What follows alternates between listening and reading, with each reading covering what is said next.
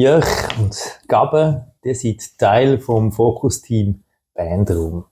Was ist das? Was machen wir dort? Das habe ich mich eigentlich das erste Jahr lang angefragt, was ich eigentlich dort wirklich mache oder was wir dort wirklich machen.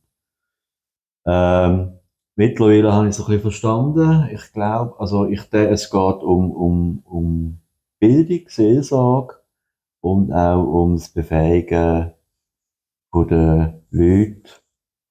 Ich verstehe vor allem darunter, und das ist das, was mir auch am Herzen liegt, dass sie in eine eigenständige Beziehung zwischen ihnen und Gott kommen und das auch in einer Eigenverantwortung auch. Und das ist für mich Freiheit, ja. Das finde ich spannend eigentlich an dem ganzen Bereich, ja. Mhm. Etwas zu ergänzen, Gabe? Ja, wir überlegen zusammen, welche Möglichkeiten wir schaffen könnten, dass die Menschen, die in die Kirche kommen, ihre Stärken entdecken können, aber auch leben und ausbauen, entwickeln. Genau, das sind so Themen. Wie erlebt ihr unsere Teamkultur eben hier in diesem Fokus-Team? Wertschätzend,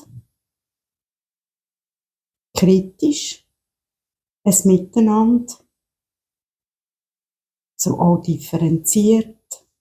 Und ja, spannend ist, dass jeder mit seinem Hintergrund kommt und mit seiner Erfahrung und durch das auch, dass der Austausch auch ganz vielfältig und ja, vielfältig ist, genau. Ja, das Team, wie erlebe ich das eigentlich? Konstruktiv, primär einmal. Ich habe das eigentlich auch so unterschrieben, was Gabe gesagt hat. Ich bin eigentlich schon immer ein bisschen mehr der gewesen, wo, wie soll ich sagen, es ist nicht, dass mir die Leute nicht wichtig sind, aber ich sage jetzt mal, für mich ist eigentlich die Sache, ist das, was im Fokus steht. Und es geht um die Sache als solches. Mhm. Genau. Ja, Genau. das ist, ja, ja. Wir sind auch, also genau, die Sache und solches, wir sind auch lösungsorientiert und ich denke auch konfliktfähig. Das ist auch noch spannend, oder? Zusammen wirklich die verschiedenen Haltungen, Meinungen, Schwerpunkte gleich auf einen Nenner zu bringen. Ja. Mhm. Ja, wenn ich das richtig mitbekomme, ja auch nötig gewesen. Es hat Veränderungen gegeben in diesem Team, es sind neue Leute dazugekommen. Wer ist da dazugekommen? Das hat sich verändert. Der ÖV ist dazugekommen, wo eigentlich das Team ein bisschen leiten sollte. Und ich glaube auch, also er ist letztes Mal das erste Mal dabei gewesen. Und ich glaube schon, dass er fähig ist, das zu machen. Dass es sicher eine gute Wahl ist und bin jetzt auch gespannt, was daraus entsteht. Aber hat ein bisschen Zeit, um sich zu wachsen. Er hat das Potenzial, aber darf jetzt einfach mal dabei sein. Genau. Und der Helm ist dazugekommen, der Struktur reinbringt. Genau. Ja. Fertig. Gott sei Dank. Ja, und eben, es ist ja ein Team, wo alle etwas auch reinbringen können, nicht müssen, aber können. Und ihr zwei haben ja ein eigenes Thema im letzten Jahr besonders bewegt. Erzählt doch kurz, was hat euch bewegt, was sind ihr am entwickeln, was kommt da? Genau, also bei mir ist das Thema Beichten. Habe ich mich jetzt intensiv damit auseinandergesetzt und habe eben ja auch selber gemerkt, wenn ich mich mit dem Thema auseinandersetze oder auch irgendeine Möglichkeit ausarbeiten für die Metal Church, dann muss ich auch selber beichten. Und das habe ich dann auch gemacht und ich habe das so sehr befreiend erlebt. Motivierend und es hat wie mir einfach eine andere Perspektive gegeben im Leben. Und ich finde, das Thema ist ein heikles Thema auf eine Art, weil es zum Teil so mit ganz verschiedenen Emotionen und Erfahrungen, die man vielleicht früher gemacht hat, verbunden ist. Und wir sind so im Team zusammen am Überlegen, wie könnten wir das umsetzen, dass es eben zu uns und in unsere Kirche hinein würde passen. Und das ist wirklich spannend, was bis jetzt hier entstanden ist. Ja. Dirkbo, was bist du dran? Ich darf im Ende Februar ein Seminar geben, ein dreitägiges. Es geht um Silence Scream, also Schweigen und Selbsterkenntnis. Das ist etwas, wo ich reingeraten bin, vor rund etwa 3 Jahren. Und habe wirklich sehr gute Erfahrungen mit dem gemacht. Ich sage jetzt mal so, also meine Beziehung zu Gott hat sich enorm geändert. Und es ist eine Beziehung, die im Alltag innen verhebt. Im Arbeiten, da in der Ehe. Also es ist nicht mehr so an einem frommen Rahmenprogramm gebunden, sondern es lebt wirklich. Und ich habe das irgendwie für mich so als befreiend und fruchtbringend eigentlich empfunden,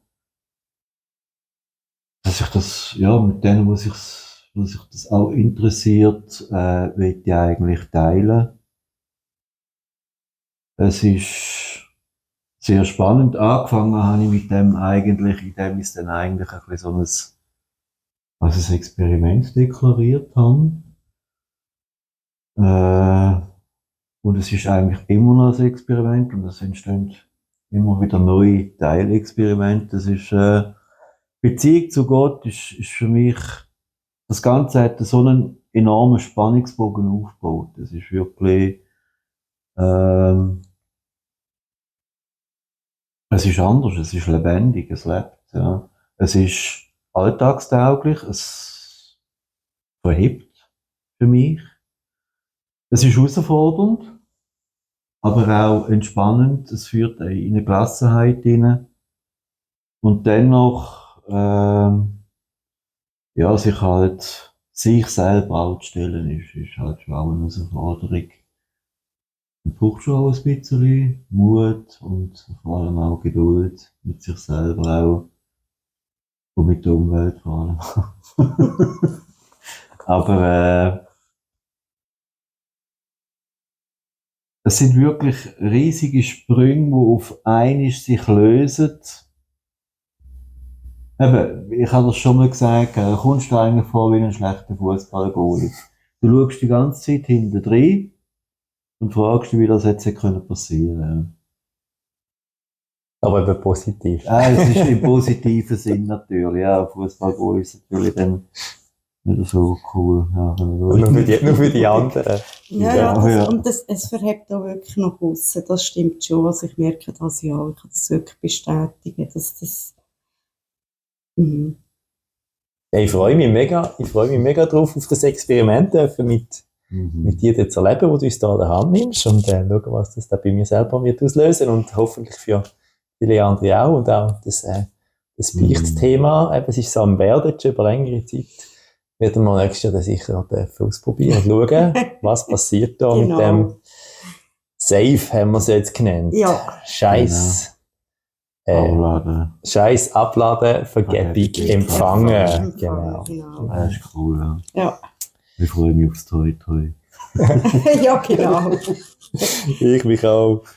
Den Beichtstuhl, den wir da werden konstruieren, probieren. Genau. das kriegen wir schon hin. Also, überzeugt. Mhm. Dann haben wir eine andere Veranstaltung noch geholfen, konkret mitgestalten, oder eben, dass sie hat dürfen stattfinden, schon zweimal Socket for Thy Valentine.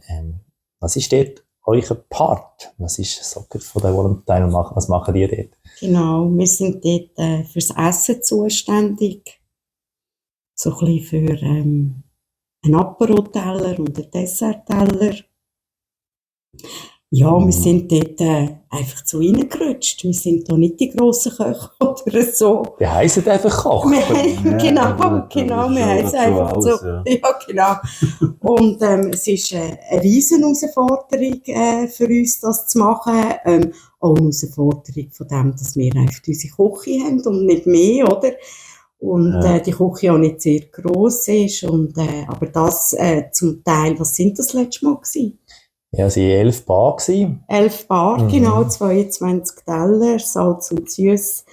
Und ja, das ist, ja, aber es macht Spass. Wir sind jedes Mal nachher fix und fertig und sehr glücklich, dass es geklappt hat. Ja. Ja, Und wir genau. sind mega glücklich, dass wir dürfen erleben, eben als Paar, wo es darum geht, eben die Paar Ja. in ihrer Beziehung zu unterstützen, auch die Beziehungen dürfen zu feiern, einen schönen Abend zu gestalten Genau. mit Inputs. Genau, und dass sie das dürfen geniessen auch, oder? Das ist ja der Gedanke dann, noch mit dem Essen zusammen. Und auch wie schön, dass im Grunde genommen der Raum vorbereitet ist, wie heimelig das ist, wie einladend für die Pärchen. Mal, ich finde, ich könnte, ja, doch. Ich freue mich einmal auf die nächste Ja, Durchführung, aber ich bin gespannt, wieder, was Schranzes werden uns in diesen beiden Input-Referaten mit auf den Weg geben. Das ist aber auch für Sarah, für meine Frau und mich auch einen guten Abend gewesen. Natürlich habe ich eine Verantwortung auch für die da sind, aber wir haben selber auch durchaus auch Momente gehabt, um selber können jetzt nachher denken, was die Themen ist. Das ist das, was euch ein bisschen abgeht, weil ihr genau. hinter der Ja, wir Kulisse sind in der sitzt. Küche, ja, und gerade an der Quelle, also wir sind gut ernährt und getränkt. Ja, und wir sind dann, ich glaube, das, was drinnen dann besprochen wird, sind wir im Praktischen dann im Stress draussen gefordert, wir zwei zusammen, genau. Ja, das hat Ja, auch dass das schon, Aber euch ist eher Seminar, praktisch. Das ist ja so. eher praktisch orientiert dann, ja. Mhm. Weil ich denke schon, dass das ein wichtiges Tool ist. Mhm. Wir sind jetzt 30 Jahre geheiratet und ja, Ehe ist schon etwas Schönes auch. Aber es ist auch eine Herausforderung, es ist auch Arbeit, oder? Ja. Also es ist am Anfang ist natürlich schön mit den Schmetterlingen im Bauch, aber irgendwann verwandelt die sich mit Schmetterlingen auch in Düsenjäger, ja? Mhm. Wo dann zum Teil auch unschön bestückt sind.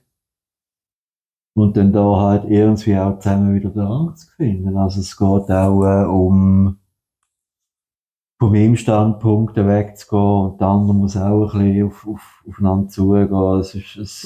Man lernt Kompromisse eingehen, ja. Aber auf alle Fälle etwas Wertvolles und etwas also es lohnt sich, eine Ehe einzugehen, fixe Beziehung, sich so zu committen und sagen, okay. Und es ist ja nicht nur vor dem Alter, wo du Ja sagst, sondern das habe ich jetzt ziemlich gleich gemerkt. Es geht eigentlich keine 2 Wochen, wo du dann wieder mal darfst Ja sagen. Also, ja. Das ist. Ich glaube, bei mir ist es nicht 2 Wochen gegangen. Okay. Genau. Aber sie dürfen jetzt auch schon seit 21,5 Jahren zusammen sein. Ja, so schön. Ja, das ist cool, ja. Ehe bringt einem persönlich auch weiter, ja. Jetzt engagiert ihr euch in der Metal Church, obwohl ihr lange Zeit nicht mehr in den Ausgegangen seid, auch nicht mehr euch engagiert habt, die Schnauze voll gehabt von Kirche. Wieso seid ihr jetzt da wieder dabei? Und sogar eben nicht nur einfach irgendwie ein bisschen mal schneiden, sondern jetzt wirklich eine Verantwortung drin. Wie ist das gekommen? Oder warum? Ja, es hat mit unserem Leben, oder wie wir das Leben leben, auch als Christ, oder? Es widerspiegelt uns. Und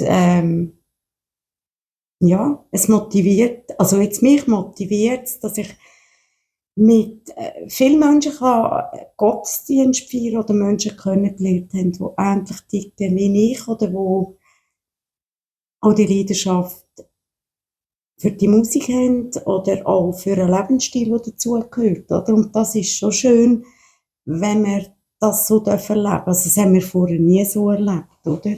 Man hat sich dann eher vielleicht angepasst an die anderen Menschen und jetzt plötzlich merke ich muss mich nicht mehr anpassen, ich darf sein. Und das ist wirklich, ja. Mhm. Ja, also ich denke auch, also es ist auch bei mir ich sage jetzt mal, das ist so, dass es mir vorgängig an Kirchenerfahrung gemacht haben. Und zu der Metal Church ist halt das, ich habe es so erlebt, dass ich wirklich eigentlich wieder einen Vertrauensvorschuss bekommen habe, dass ich das Seminar ausarbeiten konnte. Niemand hat genau gewusst, was rauskommt. Am wenigsten ich. Und habe das aber gleich können machen. Es ist auch zeitlich irgendwie, habe ich die Zeit bekommen, die ich gebraucht habe. Und ja, ich habe das letzten Sonntag schon gesagt, oder am letzten Heiligen Sanctum. Es ist nicht so das Umdökterlein irgendwie. Man kann sein, wie man ist, in dem Moment, wie man auch ist. Die Version, wo man gerade ist, oder? Und ich glaube, die Leitung vertraut darauf, dass Gott mit diesen Leuten den Weg geht und ist natürlich auch mutig, muss ich schon auch sagen, es braucht ein Stück weit Mut. Ich kann das ja schon auch verstehen, dass man, oder du hast da irgendwie eine Schar von Leuten, die sollst du irgendwie führen und eine Truppe führen ist natürlich am einfachsten, wenn sie irgendwie einigermaßen ein bisschen gleichförmig oder auf einer bestimmten Linie läuft. Ist natürlich viel einfacher, wie, du weißt, da ist einer, der macht da irgendetwas mit den Mystiker, die anderen haben sonst irgendwie, ihre Schwerpunkte. Und gleich darauf vertrauen, dass jeder seinen Weg geht und gehen kann. Mhm. Und das ist eigentlich das, was mich dann eigentlich schon noch recht beeindruckt hat auch. Und ich muss sagen, doch, eigentlich so eine Art von Kirche, da würde ich mich gerne investieren. Also das ist schon so. Mhm. Und es ist auch jetzt nicht der Druck, den ich jetzt in der Metal Church verspüre, den ich in den anderen Kirchen verspürt habe, wo wirklich zum Teil ich schon sehr als fordernd empfunden habe. Ja. Klar wird ein Stück weit gefordert, das ist ja auch logisch, wenn du sagst, hey, ich mache mit, dann ist logisch, dass es kommen Forderungen, das ist ja weit in der Natur der Sache, aber ich glaube, ich spüre, man hat schon die Freiheit zu sagen, hey Jungs, da ist eine gewisse Grenze in dem Moment, jetzt mag ich im Moment bis auf weiteres nicht mehr tragen oder verlieren, oder ich habe auch die Zeit und Kapazität nicht dazu. Mhm. Und ja, man muss kein schlechtes Gefühl haben. Mhm. Ich bin mega froh, das so zu hören, Mhm. dass das so ist, dass es wie man es will, aber dass es dann auch gelingt, ist ja noch Ja. etwas anderes. Mhm. Nein, wohl, ich denke schon, dass das gelingt der Metal Church sehr gut, ja. Mhm. Also bis jetzt erlebe ich es nicht anders. Ja. Wenn ihr jetzt aufs letzte Jahr noch einfach so zurückschaut, jetzt 2025 in der Metal Church, gibt es etwas, was euch noch besonders in meiner Erinnerung ist? Vielleicht das etwas Schönes oder etwas, shit, das ist auch nicht gelungen. Irgendetwas, wo noch so, wenn ihr zurückdenkt, das war letztes Jahr gewesen, wo ihr noch uns erzählen. Also mir hat der Aufbau im Riverside, der hat mich super gedunkt. Einfach die Zusammenarbeit, auch Kreativität. Das ganz Praktische, eben die Kapelle aufbauen und gestalten und so. Ja, ganz genau. Also wir haben ja einander, also ich habe fast niemanden dort gekannt. Oder, mal, klar habe ich Leute gekannt, die mitgeschafft haben, aber auch dort, die ich nicht gekannt habe, und gleich so das Hand in Hand schaffen und alle haben, weil das zur rechten Zeit aufbauen, haben irgendwie, jeder hat gleich auch Ansprüche gehabt und dann miteinander so ein bisschen fight und schauen, wie kommt es am besten. Und, ja, einfach ein super Gruppenerlebnis, wo wir nicht viel haben müssen reden, sondern es ist, wie du gesagt hast, es ist wirklich um die Sache gegangen, um das dann können aufbauen. Wirklich sehr schön, ja. Ja, und dann spannend zu sehen, dass auch Leute kommen, dass die Kontakte dann wirklich auch stattfinden mit den Besuchern vom Festival. Ja, schön. Aha. Ja. Sich auch ein Teil fühlen von dem Festival, genau. Also die Festivals das empfinde ich schon immer so, das Greenfield und so Riverside, das empfinde ich eigentlich schon so als das Highlight. Dann eben auch die Sachen aufzubauen, Kapellen und im Greenfield auch ansprechbar. Ist natürlich ein ganz anderen Umfang jetzt das Riverside auch, oder? Das Riverside, was haben wir da gehabt? Ein paar Stunden ist das Zeug gestanden. Und im Greenfield sind es dann schon mehrere Tage, wo wir da sind auch. Ja, und das Festival selber, es kommt dann halt auch immer für das Line-Up drauf an, wie ich es dann empfinde. Auf das Jahr freue ich mich sicher auf das Greenfield, Sepultura. Das ist schon, ja, ich habe mal Wacken oben gesehen, das ist schon geil. Und ich habe das natürlich auch erlebt, die Bands, Sepultura, das sind blutjunge Bursten gewesen, wo die aufgekommen sind, die ersten Platten auf den Markt gebracht haben. Ich habe den Aufstieg wirklich miterlebt zu dieser Zeit. Ich bin selber eigentlich ein bisschen weniger jünger gewesen als sie selber. Metallica, Guns N' Roses, das ist schon noch so eine geile Zeit gewesen. Ja, okay. Ja, aber es war wirklich eine coole Zeit gewesen, so auf der Musik her. Sehr eine kreative auch. Eine gute Alternative zum 80er, 90er Jahre Platten. Ist schon gut gewesen.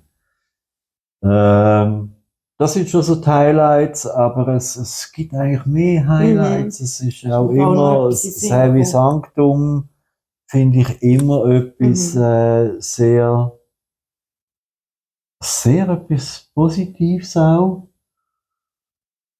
Und schade finde ich eigentlich, gut, das betrifft jetzt 25, das betrifft eigentlich mehr 26, seit die Bierbrauung so Zeit sind. Ich habe mich mega darauf gefreut. Hätte ich dort wirklich gerne teilgenommen. Aber ja, vielleicht ist es wirklich Zeit, die nicht da ist. Oder was auch immer. Ja, das werden wir dann rausgefunden werden. Genau, müssen wir dann, wenn wir das mal evaluieren und schauen, was da abgeht. Aber ich bin überzeugt, wir finden da irgendeinen Weg. Ja. Und wenn es dann halt nicht ist, dann ist es dann nicht. Ja. Die Idee ist immer super, die Leute, die es nicht machen auch.